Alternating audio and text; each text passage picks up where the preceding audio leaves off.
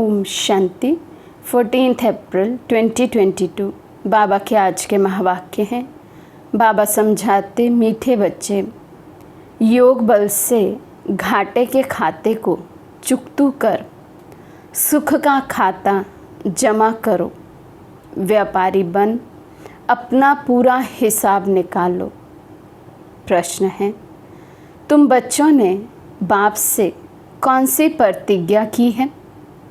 उस प्रतिज्ञा को निभाने का सहज साधन क्या है? बाबा समझाते, तुमने प्रतिज्ञा की है, मेरा तो एक शिव बाबा, दूसरा ना कोई। भक्ति में भी कहते थे, बाबा जब आप आएंगे तो हम और संग तोड़ एक आपसे जोड़ेंगे।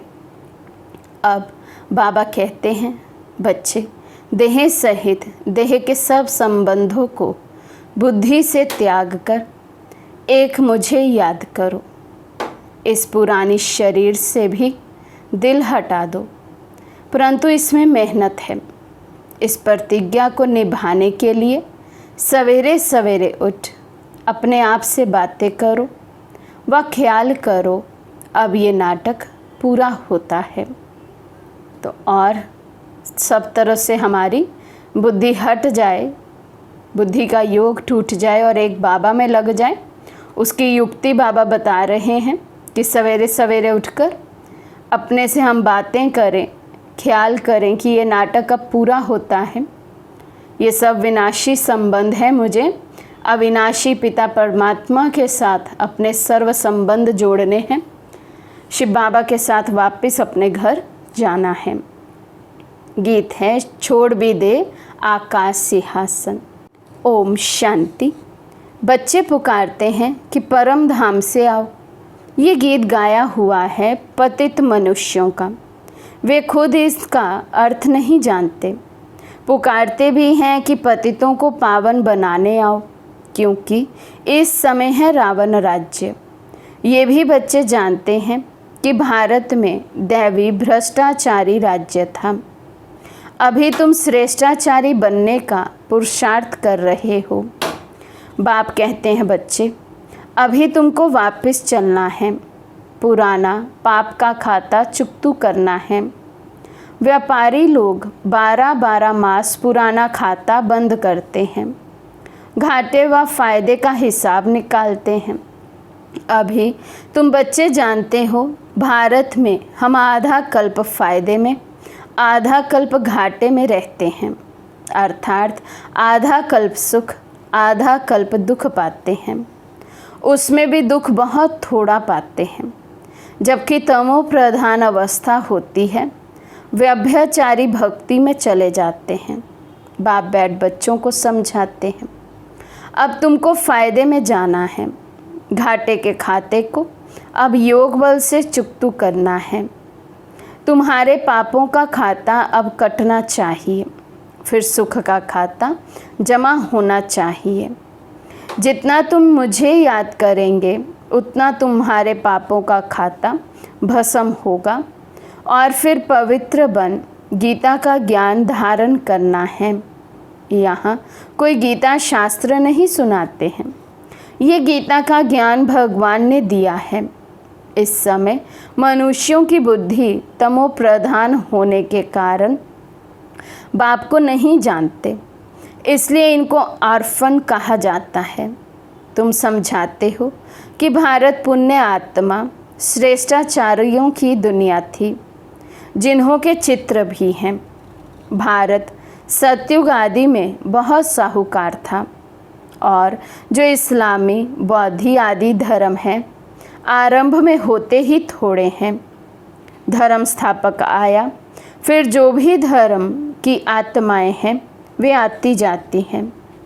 वे कोई राजाई में नहीं आते, अपने धर्म में आते हैं। जब लाखों करोड़ों की अंदाज में हो जाते हैं, तब राजा रानी आदि बनते हैं। यहाँ तुम्हारी तो शुरू से लेकर राजाई चलती है।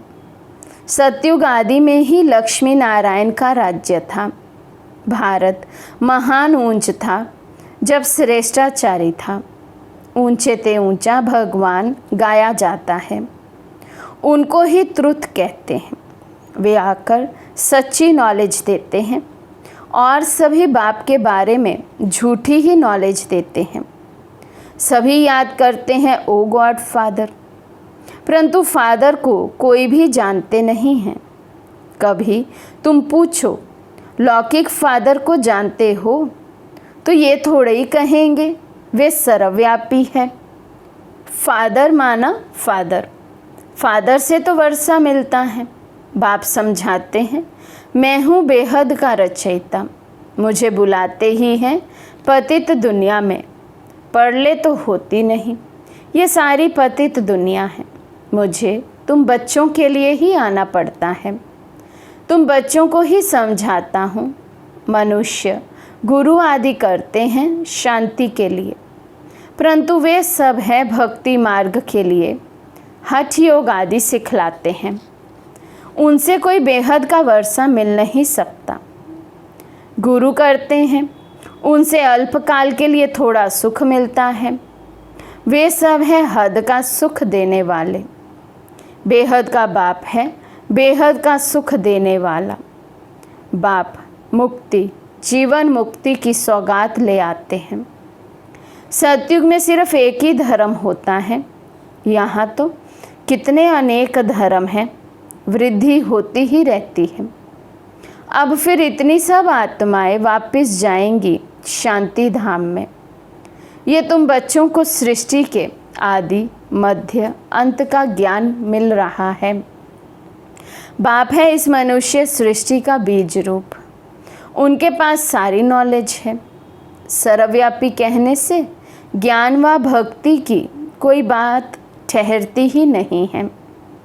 भगवान सर्वव्यापी है तो फिर भगवान की भक्ति करने की क्या दरकार है। और फिर तो अलग से मूर्ति आदि बनाकर, मंदिर आदि बनाकर पूजने की ज़रूरत ही नहीं। यदि वे सर्वव्यापी है कण कण में, फिर तो किसी की भी पूजा करके हम समझ सकते हैं कि भगवान की पूजा की। लेकिन बाबा कहते हैं ऐसा तो करते नहीं हैं। भक्ति करते हैं परंतु समझते नहीं हैं। पत्थर ठीक कर सबकी भक्ति करते रहते हैं। गंगा में कितने स्नान करने जाते हैं। अगर वे पतित पावनी हो तो फिर सबको पावन होना चाहिए। मुक्ति जीवन मुक्ति धाम में जाना चाहिए, लेकिन जाता कोई भी नहीं है। एक गुरु वापस जाए तो और फॉलोअर्स को भी ले जाए, लेकिन ना खुद जाते ना फॉलोअर्स को कुछ कह सकते हैं। देह अभिमान में बहुत है। ऐसे कोई भी नहीं कह सकेंगे कि हम निराकार परम पिता परमात्मा तुम बच्चों का बाप हूँ। बाबा कहते कोई भी देहधारी गुरु आदि ऐसा तो कह नहीं सकते कि मैं परमात्मा तुम बच्चों का बाप हूँ, तुमको साथ ले जाने आया हूँ। ये बाप को ही हक है। अब पुरानी दुनिया को छोड़ना है, इसलिए योग बल ज़रूर चाहिए। गफलत करने से पद नहीं पाएंगे। तुम बच्चे जानते हो बाबा हमको लायक बना रहे हैं। बच्चे जो नालायक बन जाते हैं वे देवाला मारते हैं। कल्प कल्प तुमको 100% सॉल्वेंट बनाता हूँ, फिर रावण तुमको इंसॉल्वेंट बना देते हैं। समझते भी हैं, बात ठीक है। अब बरोबर कलयुग का अंत है, सतयुग आदि का संगम है। समझो मकान की आयु 100 वर्ष है। अगर 25 वर्ष बीत गए तो 1/4 पुराना हुआ। 50 वर्ष होंगे तो पुराना नाम रख देंगे। ये भी 4 भाग रखे जाते हैं, सतो रजो तमो। अब फिर ये पुरानी दुनिया से नई दुनिया होगी। गोया सारी दुनिया को नया जन्म मिलना है। ये पुरानी दुनिया है। बाप कहते हैं अब मैं नया जन्म दे रहा हूँ। दुनिया पुराने से नई हो रही है। तुम आए हो राजयोग सीखने। तुम भी जानते हो इस ड्रामा के अंदर हम एक्टर हैं। हम आत्माएं भी शरीर लेकर यहाँ पाठ बजाने आई हैं। दुनिया में ये कोई नहीं जानता। अपने को एक्टर समझे तो क्रिएटर डायरेक्टर को भी जान जाएं। कहने मात्र सिर्फ कहते हैं ये कर्म क्षेत्र है, परंतु कब से खेल शुरू हुआ, उनका क्रिएटर कौन है, कुछ भी नहीं जानते। मनुष्य को ही जानना चाहिए ना। बाकी ये आपस में लड़ना तो ऑर्फन्स का काम है। देवताओं को ऑर्फन नहीं कहेंगे, वहाँ लड़ाई झगड़ा होता ही नहीं। यहाँ तो देखो, बच्चे बाप को भी मार देते हैं। सभी पतित भ्रष्टाचारी हैं, इसलिए दुख देते रहते हैं। आधा कल्प संपूर्ण निर्विकारी देवी देवताओं का राज्य था, अभी तो एक भी संपूर्ण निर्विकारी नहीं है। अभी बाप तुमको श्रीमत देते हैं, ये पुरानी दुनिया खत्म होने वाली है। मैं आया हूँ नई दुनिया स्थापन करने। तुम प्रतिज्ञा भी करते हो, बाबा आप आएंगे तो हम और संग तोड़ एक आपके संग जोड़ेंगे। मेरा तो एक बाबा, दूसरा ना कोई। अब बाबा आए हैं, कहते हैं बच्चे देह सहित देह के सभी संबंधों का त्याग कर मुझे याद कर। इसमें ही मेहनत है। कहते हैं बाबा हम जानते हैं ये जो भी मित्र संबंधी आदि हैं ये सब मरे पड़े हैं, ये शरीर भी ख़त्म हो जाएगा, पुराना है। अब हम पुराना शरीर छोड़ नए में जाएंगे। पुराने शरीर से दिल हट जाती है। अभी हम गए कि गए, पुरानी दुनिया भस्म होनी है। बाप समझाते हैं सवेरे उठकर ऐसे ऐसे ख्याल करो। अभी नाटक पूरा होता है, हमको वापस जाना है। अब एक ही बाप की श्रीमत पर चलना है। अभी नई दुनिया में जाना है, इसलिए जीते जी सबसे बुद्धि योग तोड़ एक से जोड़ना पड़े। इसमें बड़ा अभ्यास चाहिए। हाँ, बाबा कहते कोई आसान कार्य नहीं है और सबसे बुद्धि योग हटाए एक बाबा में लगाना। इसके लिए भी बाबा कहते बहुत अच्छे से लगन से अभ्यास चाहिए। अभ्यास के लिए ही बाप कहते हैं सवेरे उठो। दिन में तो शरीर निर्वाह अर्थ कर्म करना है, रात का अभ्यास वृद्धि को पाता है। जितना टाइम मिले बाबा को याद करो। बाबा की याद में तुम कितना भी पैदल करते जाओ, कभी थक नहीं सकते। योग बल की खुशी रहती है। याद का अभ्यास होगा तो कहाँ भी बैठे याद आ जाएगी। खाने पर भी याद में रहना है। फालतू वार्तालाप नहीं चलना चाहिए। बाप की याद से ही विक्रम विनाश होंगे, फिर अंतमति सो गति हो जाएगी। अभी वापस जाना है। सभी का सद्गति दाता, सबको श्रेष्ठाचारी बनाने वाला, शांति देश में ले जाने वाला एक ही बाप है। जन्म जन्मांतर तुमको बाप, टीचर, गुरु मिले, परंतु वे सब है जिस्मानी। कोई भी देही अभिमानी बनना नहीं सिखलाते हैं। ये तो बेहद का बाप ज्ञान का सागर है। जो भी आत्माएं हैं उनमें संस्कार भरे हुए हैं, फिर शरीर धारण करने से वे इमर्ज होते हैं। अभी तुमको सारे ड्रामा की नॉलेज है और तो सभी मनुष्य घोर अंधियारे में हैं। गाया भी हुआ है ज्ञान अंजन सतगुरु दिया, तो ज्ञान अंजन देने वाला ज्ञान सूर्य बाप है। सतयुग को दिन, कलयुग को रात कहा जाता है।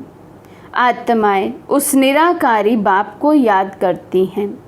बाप समझाते हैं मैं तुम बच्चों को ब्रह्मा मुख द्वारा कल्प पहले मुआफिक सब भक्ति मार्ग के शास्त्रों का राज समझाता हूँ। ये सब भक्ति मार्ग की सामग्री है जो आधा कल्प से चलती आती है। मनुष्य तो कह देते ये परंपरा से चलते आए हैं। रावण को भी परंपरा से जलाते आए हैं। त्योहार जो मनाते हैं वे सब कहते हैं परंपरा से चल रहे हैं। परंपरा का अर्थ क्या है वे समझते नहीं। सत्यु की आयु लाखों वर्ष लिख दी है, तो मनुष्य घोर अंधियारे में है ना।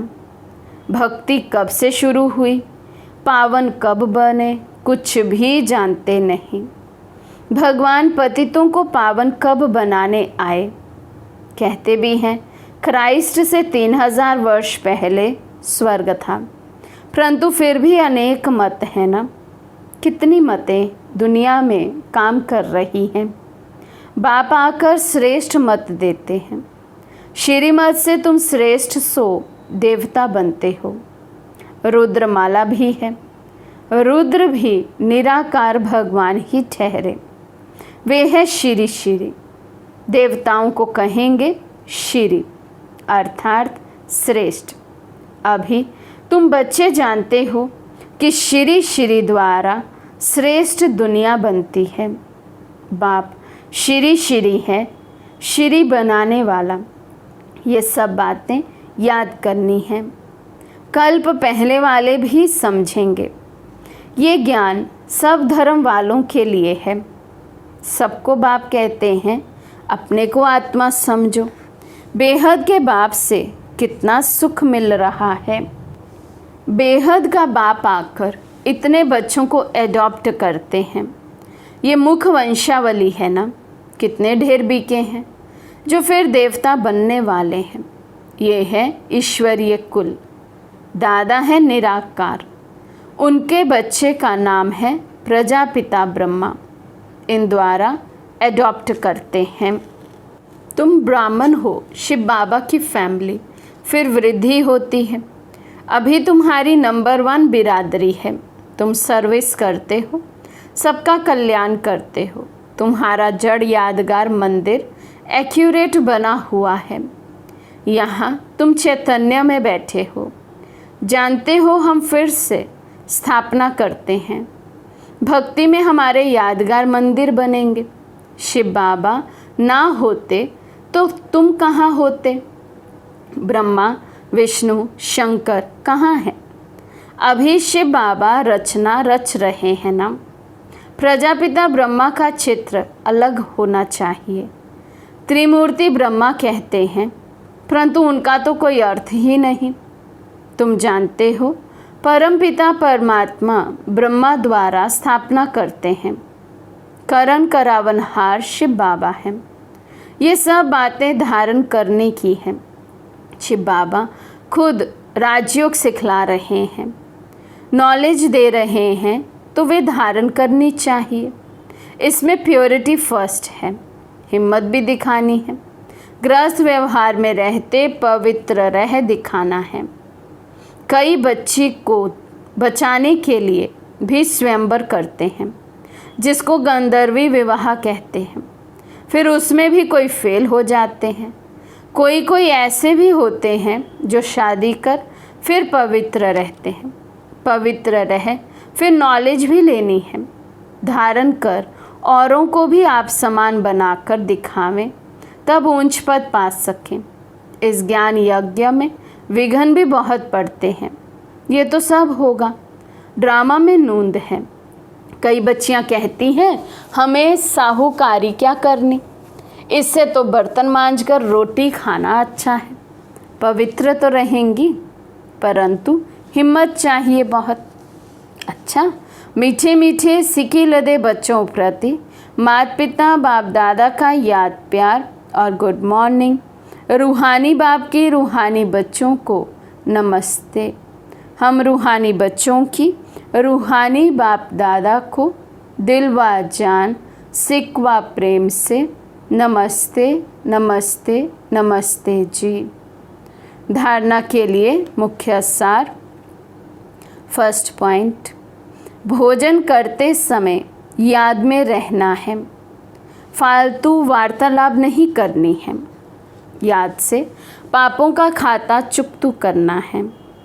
सेकंड पॉइंट, दिन में शरीर निर्वाह अर्थ कर्म कर, रात को जाग अपने आप से बातें करनी है।